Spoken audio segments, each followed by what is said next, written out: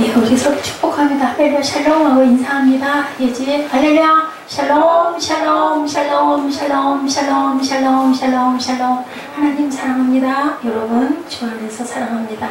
잘들 보셨어요? 예, 아직 9편까지 나와 있어요. 근데 그 중에서 하나를 골라서 이렇게 하나에 한 14번 정도 16번 이렇게 나와 있어서 다 보기는 너무 길고, 또 어떤 때 이브나 찬양 예배 때 함께 보자 하면 또 안 보시는 분들도 계셔서 예배 전에 잘라서 하나씩 이렇게 성지순례를 다니시는 분들은 가서 예수님 다니시던 그 길, 그리고 여러 가지 그 고족들을 보면서 예수님의 살아계심을 느끼고 기뻐하기도 하고 울기도 하고 한다고 그래요. 지하 60층 아래까지 내려가셔서 카타콤이죠. 살던 그 사람들의 그 자리에 터가 지금도 기도터가 그대로 있는데 우리는 30층까지밖에 못 내려간다고 합니다. 절로 눈물이 난다는 얘기가 있습니다. 글쎄요, 성리순례 꼭 한번 가보고 싶습니다. 자, 우리 금주 말씀, 전주 말씀 한 번씩 읽고 말씀 내용 우리 한번 묵상하는 시간 갖도록 하죠. 전주 사도행전 1장 11절이었죠. 주 말씀과 오늘 본문 말씀 한번 읽습니다. 이르되 갈릴리 사람들아 어찌하여 서서 하늘을 쳐다보느냐. 너희 가운데서 하늘을 올려주신 이 예수는 하늘로 가심을 본 그대로 오시리라 하였느니라. 오늘 말씀 22절 중점으로 잡아봤습니다. 항상 우리와 함께 다녔던 사람 중에 하나를 세워 우리와 더불어 예수께서 부활하심을 증언할 사람이 되게 하여야 하리라 하거늘. 자, 사도행전의 위대한 역사는 사도들과 함께 기도하는 것으로 시작되었다. 예, 제가 어제 밤에 늦게까지 여기 있으면서 깊이 생각을 좀 해봤더니 맞아요. 기도하지 않으면 하나님을 배울 수가 없다라는 부분에 저는 전적으로 동의합니다.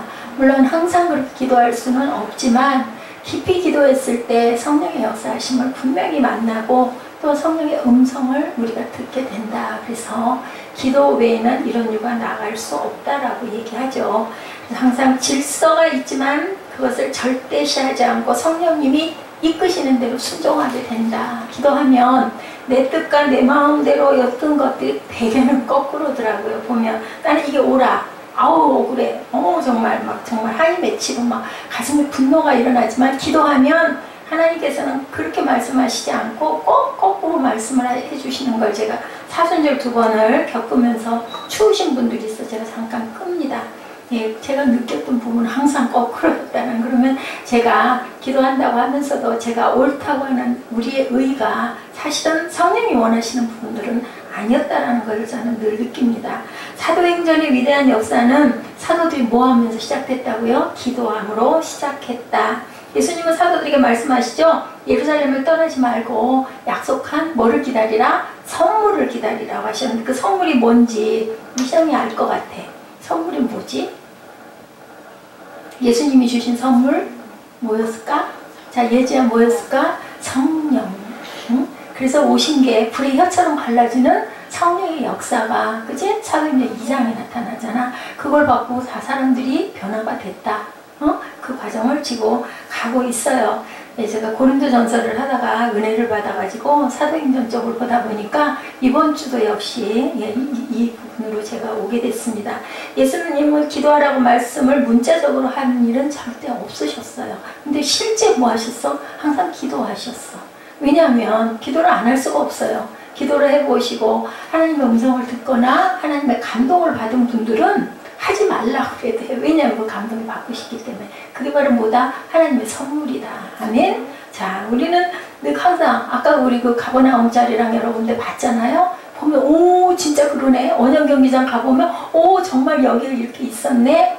예수님이 오신 거는요 그냥 전설이나 얘기가 아니고 실제 있었던 얘기라는 게 이제 과학이 발달될수록, 지질학이 발달될수록 자꾸 발굴이 돼서 나와요. 그래서 창세기의 모든 역사들이 그냥 전설이야, 옛날 얘기야 했는데 아니다는 거지. 정말로 그 자리에 다 있으니까. 예루살렘 향터가 어디예요? 이삭을 바쳤던 모리아 산 바위 위에다 눕히고 칼로 찌르려고 했던 그 자리가 예루살렘 성전 터가 나중에 됐다. 그래서 성경 말씀과 역사와 지질학적인 증거들이 그대로 다 맞아 들어가니까 예수님은 진짜 계셨던 분이고 병자를 고치신 게 맞고 그리고 언어를 우리가 알면 아까 얘기한 부분대로 그게 그냥 있었던 게 아니라 다 뜻이 전부 다 이름의 뜻이 다 있다. 이걸 우리가 알기 때문에 성지순례를 갔다 오면 믿음이 잘한대. 우리는 뭐냐? 말씀을 믿기는 믿지만 눈으로 보면 그랬네? 이런 부분들이 생기기 때문에 성지순례들을 가나. 또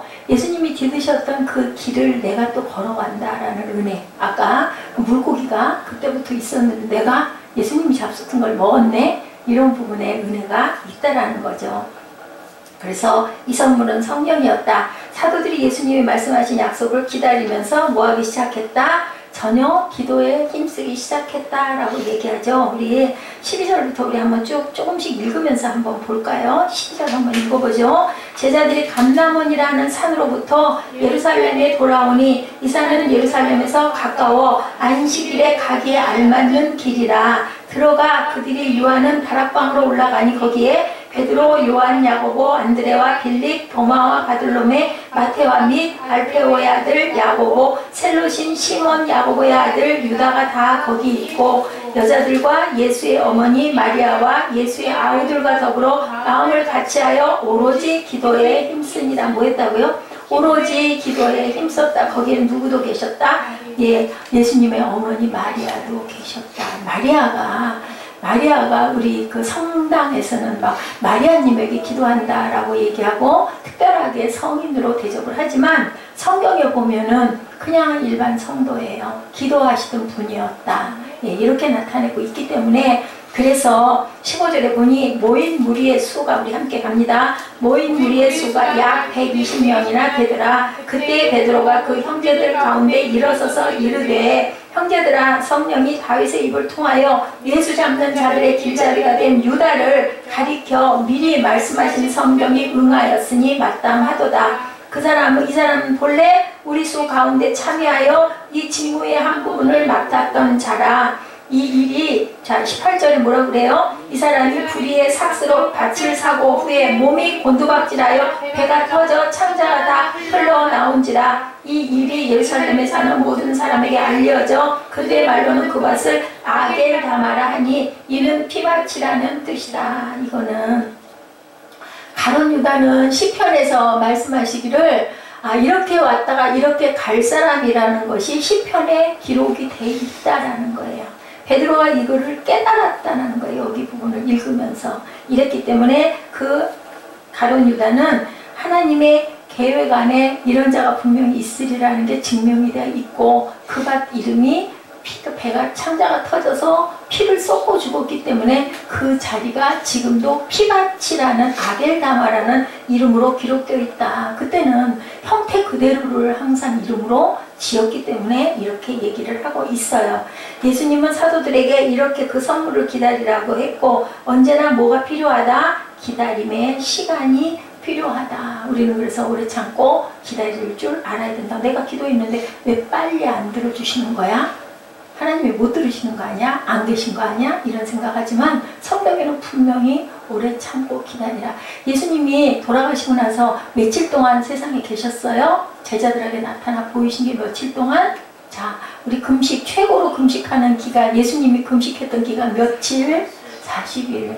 그래서 40일 동안 계시다가 올라가시고, 자, 오순절이 며칠 되는 날이 오순절? 50일. 그럼 예수님이 가시고 며칠 있다가 성령이 임했어요? 10일. 열흘 동안 기도한 거예요. 기도에 여기 나타나 있는 말씀이 14절이 기도에 전혀 오로지 기도에 힘썼더라. 예수님이 가시면서 말씀하셨잖아요. 너희는 이 자리를 떠나지 말고 항상 기도하고 기다리라고. 내가 간 모습 그대로 오시리라. 근데 오신 게 뭘로 오셔서? 선물로? 성령으로 오셨다. 그것이 그대로 이루어졌다는 것을 여기에 말씀하시고 우리는 기다릴 줄 알아야 된다. 안 이루어진다라고 의심하거나 절망하거나 낙심하거나 포기하지 말아라. 그죠? 아멘. 여기 말씀하고 계세요. 열흘 동안 안 기다리고 집에 간 사람들은 선물을 받지 못했다. 그 열흘이라는 뜻은 상징적인 의미일 수도 있다. 그럼 내가 열흘 기다렸는데 왜 답이 안 오는 거야? 이렇게 생각하지 말아라. 자, 120명의 기도하는 사람들이 여기 나타나죠? 120명 정도 됐다. 15절에 보니까 모인 무리의 수가 약 120명이나 되더라. 이때 베드로가 그 형제들 가운데 일어서서 얘기하죠. 형제들아, 성령이 다윗의 입을 통하여 예수 잡는 자들의 길잡이가 된 유다를 가리켜 미리 말씀하신 성경이 응했다. 자, 기도를 통해서 성령님의 인도심을 따라 순종해야 하는 시대가 도래하고 있다라는 말씀을 하고 계십니다. 사도행정적 교회는 함께 뭐 했다? 제일 먼저 아까 얘기한 대로 기도했다. 그리고 성령의 인도하심을 받고 순종하는 교회였다. 자, 아들이 엄마 아빠의 말을 잘 들으면 어떻게 돼요? 착한 아들, 딸이 돼요. 엄마 아빠가 너 이렇게 해라 하는데 그 말을 그대로 들은 아이들은 잘 자라요. 근데 안 듣고 거꾸로 가는 애들은 어떻게 될까? 그죠? 하지만 그죠? 망나니가 돼요. 그게 이제 언제다? 사춘기라는 얘기들을 해요. 다들 그래서 중2병, 얘기를 해. 사무엘 잘 들어. 근데 그 중2병을 다 알는데 빨리 마음을 돌이키는 친구가 있고 아예 그 길로 영 빠져서 가는 아이가 있는데 그런 아이들 영 딴 길로 가다 보면 어디로 간다? 출애굽 시대에 40년 광야를 헤매게 된다. 그래서 1세대들은 아무도 가나안에 못 들어간다. 어떻게 돼? 결론은 죽어. 망하는 거 뭐예요? 죽는 것 사망. 영생이 아니라 사망. 여러분들 부모님 말씀 잘 들어야 되겠죠. 특히나 부모님들은 예수 믿는 부모님들은 자녀들을 믿음의 길로 잘 인도할 줄 알아야 된다. 아멘. 그렇게 인도하시기 바랍니다. 자, 이렇게 중요한 시대가 이제 온다. 기도를 통해서 성령님의 선물이 올 거고 우리가 순종하는 그 시대가 도래한다. 자, 함께 기도하고 성령의 인도하심을 받고 순종하는 교회. 어떤 회의나 나눔보다 한마음으로 기도하는 것이 무지무지하게 중요하다. 그래서 너희는 힘써 기도하라. 그리고 연합하라라고 말씀하시죠. 어디를 떠나지 말고 예루살렘을 떠나지 않고 예수님의 말씀에 순종하는 사람이 120명 정도 됐다. 120명 많아요, 적어요? 여러분들 팔레스타인 인구가 그때 400만 명이었다고 합니다. 400만 명 중에 120명. 그죠? 소수예요. 엄청 소수예요.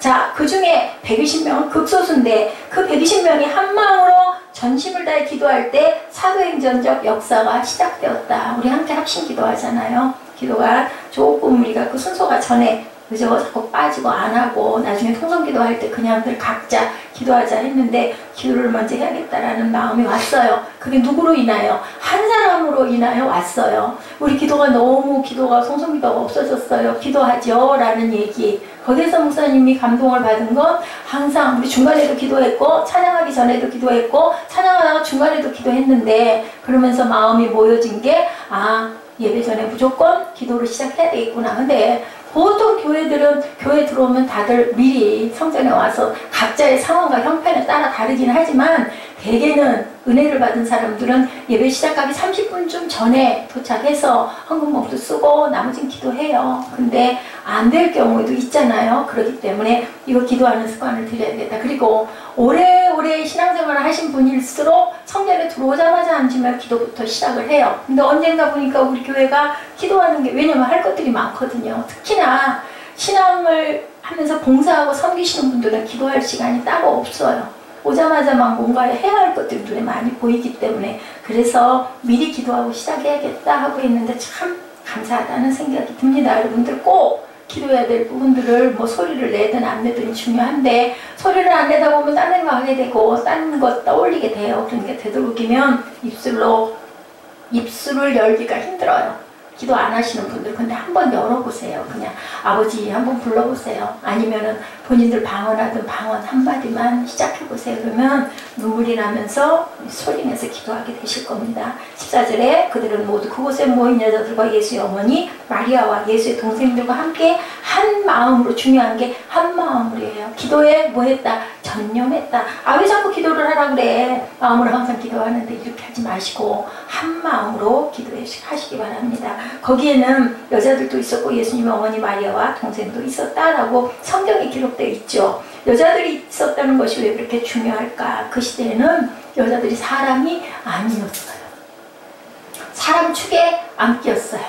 우리 여자들, 여인들 조선시대 이전에 특히나 여성들 별로 남녀 굉장히 평등하지 못하고 아주 천하게 여겼던 것보다 이 유대인은 이스라엘은 더 심했어요. 숫자에다 치지도 않았어요. 여자와 아이들은. 상상할 수도 없는 남녀 차별. 그래서 우리나라의 교회가 처음에 섰을 때도 소래교회 지난번에 우리 영상으로도 봤죠. 가운데 뭐가 있어요? 휘장이 있어요. 그래서 이쪽은 남성, 이쪽은 여성. 또 아니면 앞에는 남자들, 뒤에는 휘장을 쳐서 여성들, 뭐 이런 식으로 해서 따로따로 남녀와 유별하니 하고 그렇게 가려서 앉게도 했는데, 근데 정말 특이한 것은 성경에는 여성들의 계보가 나오죠. 왜냐하면 거기서 예수 그리스도가 태어났기 때문에. 우리 여성들은 긍지를 가져야 돼요.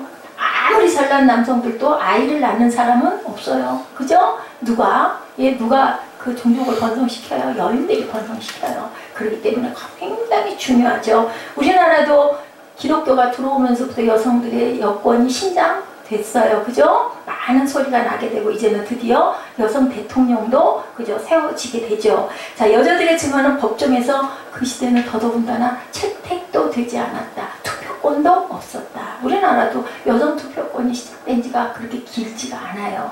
족보에 여인의 이름은 한 사람도 기록할 수가 없었다. 여인은 자신의 이름으로 재산을 소유할 수도 없었다. 그런데 120명이 기도하는 무리 중에 여성들이 꽤 많은 숫자를 차지한다. 지금도 교회 가면 남성들보다 여성들이 훨씬 많다. 예수님을 따라다니는 12제자 속에는 들어가지 않지만 보면은 그죠? 막달라 마리아가 제일 먼저 예수님 그죠? 굴에 찾아가고, 그리고 예수님을 제일 먼저 본 사람도 막달라 마리아고, 쫓아가서 외친 사람도 여성이었었어요. 아멘? 예, 그랬죠. 그리고 교회들이 세워질 때도 거기 가장 많은 헌신을 한 사람들도 여성들이었다라는 걸 사도행전을 보다 보면 많이 드러나 있어요. 한국교회 초기 시절에 이렇게 남녀 유별이 심했고, 커튼을 쳤고, 시옷자 교회가 많았다, 기역자 교회가 많았다. 가려서 분별해서 안 쳤기 때문에 예수님의 어머니 마리아도 그 가운데 있었고, 자, 예수님의 어머니가 이제는 기도하는 한 여성의 성도가 되었다. 성도는 굉장히 중요하다.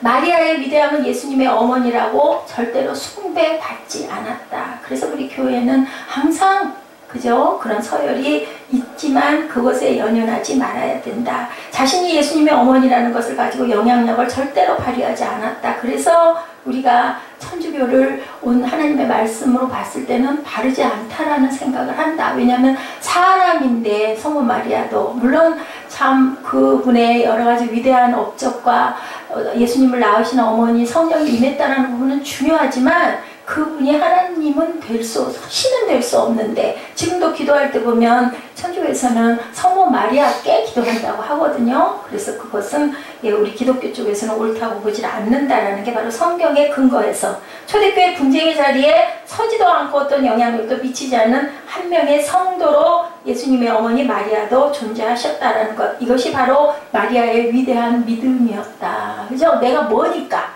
내가 장로인데, 내가 권사인데, 내가 안수집사인데 이것은 필요 없다. 바울도 얘기하죠. 나는 아볼로파, 나는 게바파, 나는 예수 그리스도파. 이렇게 파벌을 교회에서는 절대로 만들지 말아라. 그렇다고 위계가 없는 건 아니에요. 그죠? 목사 아래 직분자들의 위계를 우리가 존중해 주기는 해야 되지만 파벌을 나눠서 찢어져서는 그것은 아니다. 하나님의 은혜가 절대로 아니다. 자, 예수님의 어머니 마리아가 초대교회 일원으로 존재했다는 것이 이 시대 모든 교회 리더십들이 주목해야 된다. 나는 특별하다라는 생각을 아무리 돈이 많아도, 아무리 지위가 있어 대통령이라도, 그죠? 그래서 대통령들도 미국에서는 그죠? 예배를 드리러 가면 자기 고향에 있는 교회를 가서 항상 뒷자리에 앉았고 일반 성도석에 항상 앉았다라는 거. 그래서 직분자라고 해서 특별히 특별 대접을 해서는 안 된다. 예수의 동생들도 이 무리들 가운데 있었다는 기록도 굉장히 의도적인 기록이었다. 기도를 기록한 것이 일부러 예수님의 동생들도 예수님의 어머니도 함께 기도했다라는 부분을 그래서 명시해서 썼다. 왜냐하면 그들은 예수님이 정신병에 걸렸다고 비판하면서 믿지 않는 사람들이었었어요. 예수님의 동생들이 그 성령이 임하고 나서 예수님을 믿게 됐어요. 그래서 야고보도 막 사도로 나가고, 그래서 십자가에 처형을 받고 돌아가지. 예수님 당시에는 안 믿었어. 왜냐면 내 형이 무슨 하나님의 아들이야. 그치? 믿지 않을 수밖에. 그래서 가정에서 목사가 나오고 사역자가 나오면 우리가 참 섬기기가 어렵다. 관계가 이중관계이기 때문에 이런 말씀이 여기에도 그렇게 기록이 되어 있다. 왜냐하면 다 알잖아요. 허물을 다 알기 때문에, 부족한 점을 다 알기 때문에 바라보기가 힘들다는 거, 더 어렵다라는 거예요. 예수님이 부활하신 형제들이 예수님을 믿고 교회 일원으로 함께 여기서는 기도하고 있었다. 근데 아직 믿지 않은 성도들에게 기도 제목과 위로와 도전을 준다라는 내용을 포함하고 있다. 안 믿어도 우리가 열심히 기도하다 보면 성령이 임하면 믿음이 커진다. 아멘? 그렇기 때문에 우리는 부족해도 나는 성령 체험자 나 기도해도 아무 감동도 없는데 무슨 기도를 해? 포기하지 말아라. 아멘? 기도할 줄 알아야 된다. 자, 기도하면서 생각이 바뀌죠? 베드로가 일어나서 말하죠. 여기 아까 본문 우리 거기까지 읽었죠? 이게 뭐라고? 성령이 성경에 응하게 함이라고 얘기하시죠. 15절 16절에 보면 모든 사람들이 예수님을 버려도 나는 예수를 버리지 않는다고 자신만만했던 사람 누구? 베드로가 정말 충동적인 사람인데 그래도 제자들 중에 제일 앞에, 그래서 아까 우리 보니까 베드로 성당이 서 있어요. 지금도 가면, 그죠? 베드로 성전 교회가 서 있다. 자기 과신이 그를 실패하게 하기는 했지만 그래도 엄청 예수님을 따르고 존경하고 따라다니던 사람이죠. 그가 기도하는 무리 가운데 항상 있었죠. 예수님을 배반한 베드로가 이 무리들 가운데 있다는 것 자체가 우리에게는 은혜고 우리에게는 감사고 우리에게는 도전일 수 있다. 항상 완전한 사람만이 예수님을 따르는 게 아니고, 다윗도 마찬가지고, 이렇게 부족해도 내가 배신했어도 내가 은혜를 다 못 받았어도 우리는 늘 기도할 줄 알아야 된다. 하나님께서 절대로 회복시켜 주시지 않는 게 아니고 항상 회복시켜 주신다. 내가 깨닫기만 하면, 중요한 건 깨달음이 중요하다. 자, 베드로가 일어나 말하기 시작한 내용은 예수님을 배신하고 자살한 유다에 관한 내용을 여기에 말하고 있죠. 제자가 스승을 배반할 뿐만 아니라 죽음으로 내몰았던 사건을 이야기하고 있죠. 자기들과 몇 년 동안, 3년 동안 함께 지냈던 동료가 자살을 한 사건. 그래서 이름이 뭐라고요? 19절에 보니까 그 밭을 아겔다마라니 피밭이다. 돈을 갖고 갔어요. 제사장들에게. 나 이거 안 받을래요. 30냥을. 그랬더니 우리는 그거 받을 수 없어. 난 너한테 한번 줬어. 그러니까 갔다가 그 집어 던지고 도망갔어요. 제사장들이 어떻게 할 수가 없으니까 밭을 사서 그 사람 이름으로 밭을 만들어 줄 거야 했는데 그만 거기다 목매서 돌아갔잖아요. 죽었잖아요. 목매 돌아갔는데 떨어지면서 창자가 터져가지고 물이 흘러서 피밭이 됐다. 지금도 거길 가면 그 흔적이 남아있다라는 거예요. 그래서 이름을 아겔다마 피밭이라고 얘기했는데 20절에 보니까 뭐라고 그랬어요? 시편에 기록하였으되 그의 거처를 황폐하게 하시며 거기 거하는 자가 없게 하소서 하였고 또 일렀으되 그의 직분을 타인이 취하게 하소서 하였도다. 이 부분을 보고 베드로가 은혜를 받아서 제자 하나를 충원했다. 열한 제자면 어때? 다들 그런 얘기해요. 근데요, 여기에 마지막 마띠아 그 사람이 여기만 기록이 돼 있어. 다른 성경 어디를 찾아봐도 마띠아 제자가 뭐를 했다라는 얘기는 없어. 그래서 그 얘기들 하죠. 사도 바울이 12제자 중에 마지막 제자였을지도 모른다. 근데 여기는 시편에는 분명히 그런 자가 하나 있을 것이고 시편 말씀을 읽다가 그것처럼 황폐하게 하시고 그 직분을 타인이 취하게 하소서 하였도다라는 이 부분을 보고 베드로가 거기서 제자 충원을 해야 되겠다. 왜냐하면 모든 게 다 성경이 응하여졌으니까. 예수님이 돌아갈 때 무릎을 꺾지 않은 것도 뼈를 꺾지 않으리라는 구약에 나와 있는 말씀이 그대로 이루어졌기 때문에 이것도 이루어야 되겠다라는 감동을 받았다라는 거죠. 자, 제자가 스승을 배반할 뿐만 아니라 죽음으로 내몰았어요. 기도하고 내린 결정과 생각하고 내린 결정은 이렇게 다르다. 아까 제가 얘기했죠. 기도했더니 그것이 옳다고 하시지 않았다고. 너무 억울해요. 이거 원수 갚아주세요 하고 기도했더니 아니야, 네가 잘못한 거 생각해봐 라고 말씀하시더라는 거. 우리가 기도할 때는 하나님께서 분명히 중요한 거는 그 사람에게 두지 않아요. 네 부분을 생각해라. 네가 어떻게 했는지 너를 돌이켜라 라고 늘 얘기하셔. 10번이면 10번 다. 너무 억울하잖아요. 죄는요. 근데 죄는요는 하나님이 알아서 하실 부분이다. 그래서 우리가 알아야 될 것, 기도하면 우선순위가 바뀐다. 중요하다고 생각한 일이 중요하지 않게 되고 해야겠다고 생각했던 일이 하지 않아야 되는 일이 되고 생각하지 않았던 일들을 하게 된다는 게 기도한 결과예요. 갑자기 새로운 사람의 얼굴이 떠오르기도 하고 그들이 함께 기도하지 않았더라면 베드로가 유다 사건을 떠올릴 이유가 없었다. 기도했더니 이런 마음을 주셨다. 베드로는 기도하는 가운데 유다의 배신이 예언된 사건이라는 것을 깨닫게 됐다는 게 오늘 본문의 내용입니다. 그러면 거기서 우리에게 주시는 영적인 메시지, 기도해라. 가장 먼저 기도해야 된다. 근데 기도하고 내가 이거 말씀 받았으니까 이게 맞아가 아니고, 중요한 것은 성경에 맞는 말씀이다라는 게 중요하다. 우리 기도하다 보면 내 마음대로 기도할 때 있거든요. 내 마음대로 감동 올 때가 있거든요. 그래서 굉장히 중요하고 위험할 수도 있다. 그래서 말씀에 받침이 항상 있어야 된다. 그래 누가 있어요? 먼저 믿은 사람들이 있어요. 권사님도 계시고 전도사님도 계시고 목사님도 계시고, 내가 기도해서 이런 마음을 받았어. 그럴 때는 여쭤보고 함께 기도하고 함께 감동을 같이 나눌 줄 알아야 된다. 자, 16절 17절에 뭐라고 말씀하고 계시나요? 이 사람은 본래 우리 수 가운데 참여하여 직무의 부분을 맡았던 자라. 그러죠? 자, 이렇게 그 성경이 응하기한 이 내용을 가지고 그 깨달은 것을 형제들과 나눴어요. 자기 마음대로 한 게 아니라, 그리고 나서 그 나눈 것을 가지고 우리의 유다의 배신을 성경의 예언대로 이루어진 사건이라고 생각할 수 없었는데, 과거의 어부가 아닌 베드로가 되었다. 기도하다 보니까 예언이 성취된 시각으로 주변에서 일어난 사건을 이제는 보게 됐다라는 거예요. 오늘 본문 내용이 기도가 성경과 상황 해석의 열쇠라는 것을 이 부분에서 우리는 알아야 된다. 유다의 배신이 구약에 예언됐다고 해서 그의 책임이 절대로 없는 건 아니에요. 왜 하필이면 유다야? 그런 얘기들도 해요, 목사님들이. 아니 도대체 유다는 너무 억울하잖아? 그 사람은 희생된 거잖아? 이런 얘기들도 하지만 유다의 마음속에 뭐가 들어간 거예요? 유다의 마음속에 사탄이 임한 거야. 근데 그 사람인 거야. 그거를 하나님은 미리 알고 계신 거야. 우리가 기도하면 미리 알려주시는 부분도 계셔요. 이 다음에 이런 일들이 일어날 거야를 20년 전에, 10년 전에, 그죠?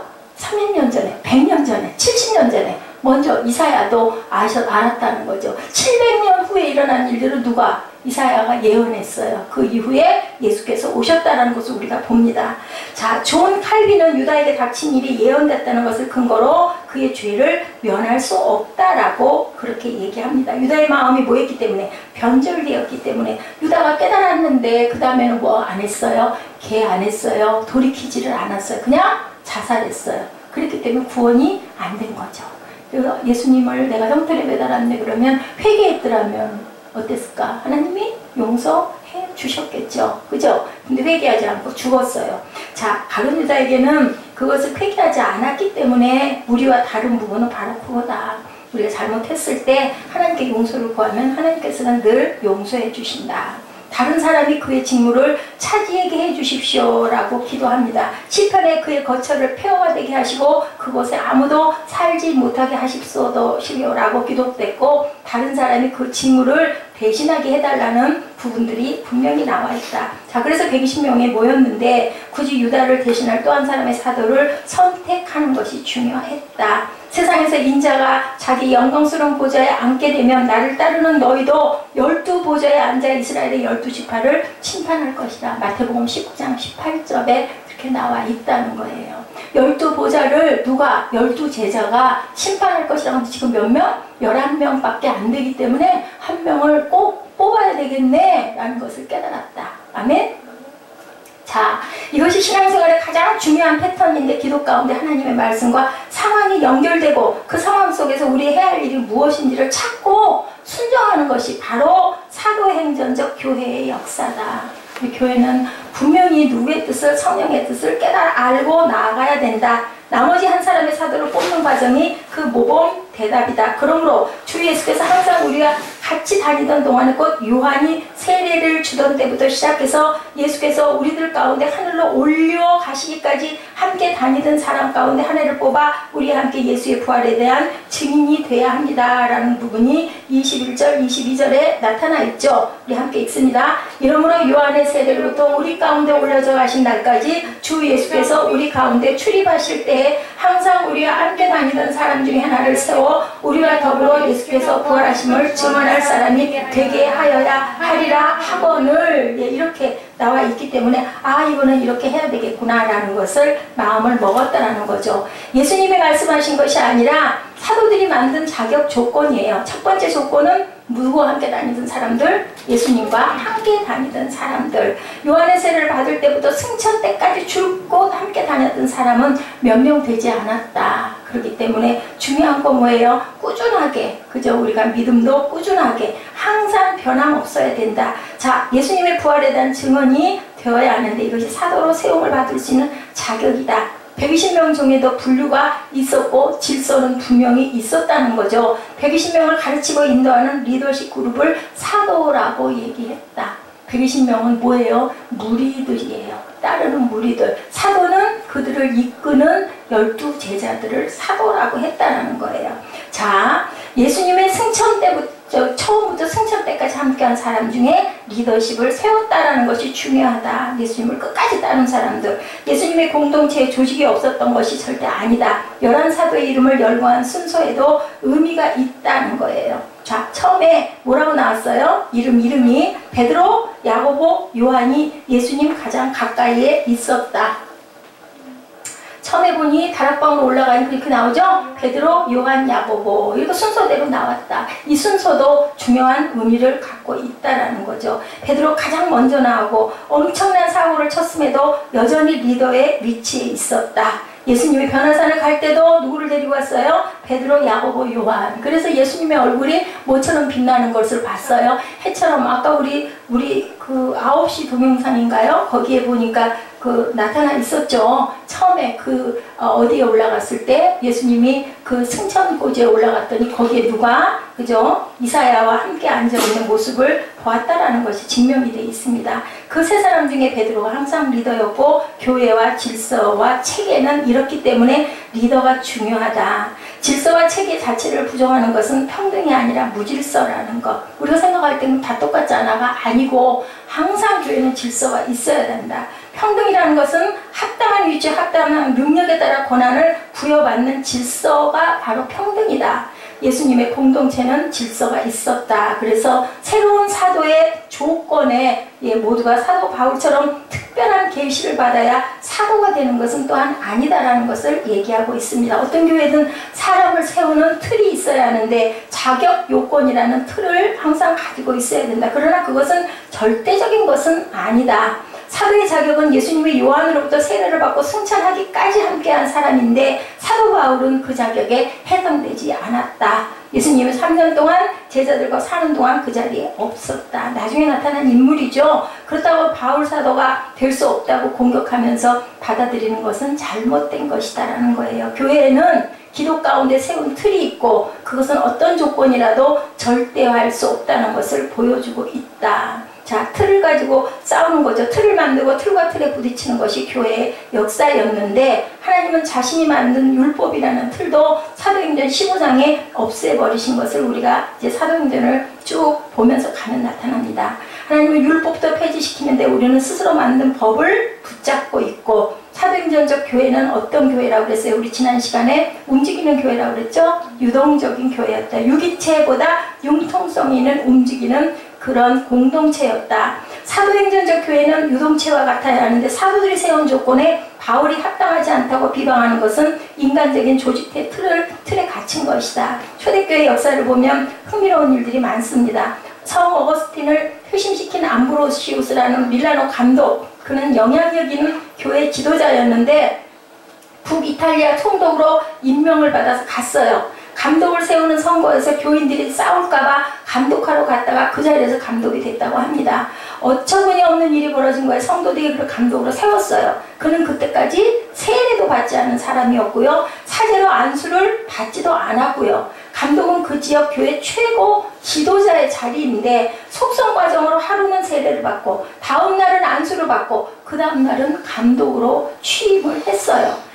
암브로시우스는 밀라노 교회에 엄청난 영향을 그럼에도 불구하고 줬고 암브로시우스의 설교를 듣고 어거스틴이 회심을 하게 되는 사건이 일어났다. 제가 지난번에 예화로 어떤 시골 농부 얘기 한번 했죠. 아주 외딴 곳에 그곳에는 아무도 사제가 가지를 않는데 교회는 있는데 이 교회를 어떻게 하면 좋을 것인가 하다가 중앙에 있는 사제가 내려가가지고 거기에 있는 농부 중에 한 명, 신실한 농부를 한 명을 골라가지고 열심히 교육을 시켜서 세례를 주어서 사도로 세우고 올라와가지고는 너무너무 걱정이 되는 거야. 내가 괜한 짓을 한 게 아니야. 이거 제대로 예배나 진리하고 있을까? 쫓아가서 몰래 기둥 뒤에 숨어가지고 예배드리는 광경을 보았는데 그렇게 뜨겁게 기도를 하는 그러한 사제는 본 적이 없어가지고 나중에 눈물을 흘리면서 가서 무릎을 꿇고 나를 안수해 주십시오 했던 사건을 제가 지난번에 한번 얘기한 적이 있어요.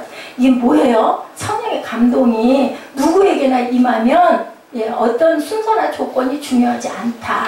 세례도 받지 않았는데 그죠? 그래도 세울 수가 있다. 근데 중요한 거는 의식은 꼭 필요하다. 세례를 받게 하고 그 다음에는 임명도 해야 되고 그 다음에 순서는 지켜야 하지만 그게 뭐예요? 나중난 자가 먼저 되는 자들도 분명하게 있다. 그것을 우리가 무엇으로? 기도로 깨달아 알고 어떤 틀 때문에 사람을 세우고 안 세우고는 아니어야 된다. 질서가 있지만 절대시하지 않아야 된다는 거죠. 그래서 사도들이 두 사람을 세우죠. 바사바 유스도라고 하는 불리는 요셉과 마띠아를 추천해야죠. 그리고 그 사람들은 또 뭐하고 추천해야고 기도해요? 기도하죠. 기도. 그리고 맨 나중에 23절에서 6절에 뭐해요? 그들이 제비를 뽑았는데 마띠아가 뽑혀 그가 11사도들과 함께 사도의 수에 들게 되었다. 그래서 우리 교회에서 제비 뽑기가 많이 성한 거예요.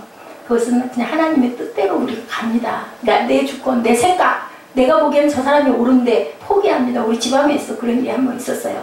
지방에 회장 선거하는데 요건은 분명히 있어요. 자격 요건. 15년 이상 교회를 심호하고 열심히 그 모든 것들을 다 감당한 사람들이 자기 기본 요건에 들어가요. 그 사람들을 가서 거기서 투표를 하는데 제비 뽑기를 합시다 하는 소리들이 나왔었어. 그럼 제비 뽑았다가 그럴만하지 못한 사람이 뽑힐 수도 있잖아. 그래서 결론은 제비 안 뽑고 이름을 써서 냈어요. 제비 뽑기 합시다 라고 의견을 냈던 굉장히 가장 고참인 오래 되신 분은 아예 기권을 해버렸어요. 자기는 기도했대요. 제비 뽑기를 하겠다고 하면 자기가 출마를 할 거고 안 되는 그 부분이 안 되면 자기는 하나님 뜻이 그게 아니었기 때문에 회장에 선거하는 부분에 저는 자기는 일단 빠지겠습니다 했는데 다들 이름 써서 내자고 그래가지고 결국은 그분이 그 자리에서 빠지는 그런 것을 봤습니다. 이거에서 가장 중요한 것은 주님을 향한 기도가 중요하다. 그리고 기도하는 거예요. 갖다 놓고. 그리고 제비 뽑는 거예요. 그렇게 해서 세웠다라는 거죠. 그들은 주님이 택하신 사람이 누구인지 보여달라고 기도하는 이 기도를 그때도 했다. 사람을 세우는 일이 한국 교회에 얼마나 상하게 얼마나 능력을 잃어버리게 했는지 모른다라는 거죠. 사람을 세우는 일. 뭘로 세워요? 자기들의 그 인근, 친척, 아들, 그죠? 대를 이어갈 사람들. 그래서 교회마다 어려운 분쟁들이 굉장히 많이 일어나요. 아니면 세력 있는 자, 아니면 돈이 많은 자. 저 사람들 교회에 그 귀한 직분자를 세워야 교회 재정이 잘 돌아갈 거니까. 능력 있는 자니까 이런 걸로 세워서는 안 된다라는 게 하나님의 오늘 말씀이다. 자, 그래서 두 사람 중에 하나를 제비를 뽑아서 마띠아가 선택을 받았어요. 사람을 세우는 일에 우리가 항상 함께 기도하고 주님의 택하신 사람을 받아들이고 세우는 과정이 없으면 사도행전적 능력을 경험할 수가 없다. 그들의 모든 일이 순조롭게 진행된 이유는 기도 가운데 하나가 되기 때문이라는 거죠. 사도행전적 교회는 기도 가운데 한 마음이 되는 교회가 사도행전적 교회다. 여러분들 한 마음을 가지고 항상 기도하시고 예수님의 음성이 뚜렷하게 들려오고 세상적인 분열과 다툼으로 얼룩지지 않고 하나님의 택하신 사람들을 세워가는 교회가 되어야 되겠다. 질서가 있지만 틀을 절대시하지는 않고 성령이 이끄시는 대로 순종하는 교회가 되기를 주님의 이름으로 축복합니다. 오늘 말씀 가장 중요한 것 기도하는 자들이 되어야 되겠다. 우리 12절 13절 말씀이죠. 제자들이 감람원이라는 산으로 예루살렘에 돌아오니 이 산은 예루살렘에서 가까워 안식일에 가기 알맞은 길이다. 들어와 그들이 유하는 다락봉으로 올라가니 베드로, 요한, 야고보, 안드레와 빌립, 도마와 바돌로메, 마테와 및 알페오의 아들 야고보, 셀롯이 시몬 야고보의 아들 유다가 다 거기 있어. 14절이죠. 여자들과 예수의 어머니 마리아와 예수의 아우들과 더불어 마음을 같이하여 오로지 기도에 힘쓰더라. 이게 오늘 본문의 가장 여러분들과 제가 은혜 받아야 할 중점입니다. They all joined together constantly in prayer. 함께 한 마음으로 기도하시는 새생명 세빛교회들 주님의 이름으로 축복합니다. 기도하시겠습니다. 하나님 감사합니다. 온 땅이 야훼께 즐거움으로 찬송하며 하나님 감사로 한마음이 되어 기도할 수 있는 하나님의 귀한 세빛공동체 되도록 주님 은총 나려 주시옵소서. 모이기를 기뻐하고 그리고 항상 아버지 어렵고 힘든 자들을 돌보고 도우며 항상 다과를 나누며 떡을 떼며 아버지 교제할 수 있는 새생명 세빛 공동체 되도록 주님 은총 나려 주시옵소서. 감사드리옵고 예수 그리스도 이름으로 감사하며 기도드렸사옵나이다. 아멘. 우리 결단 찬양 한장 하시고 축복의 예배를 마치도록 합니다.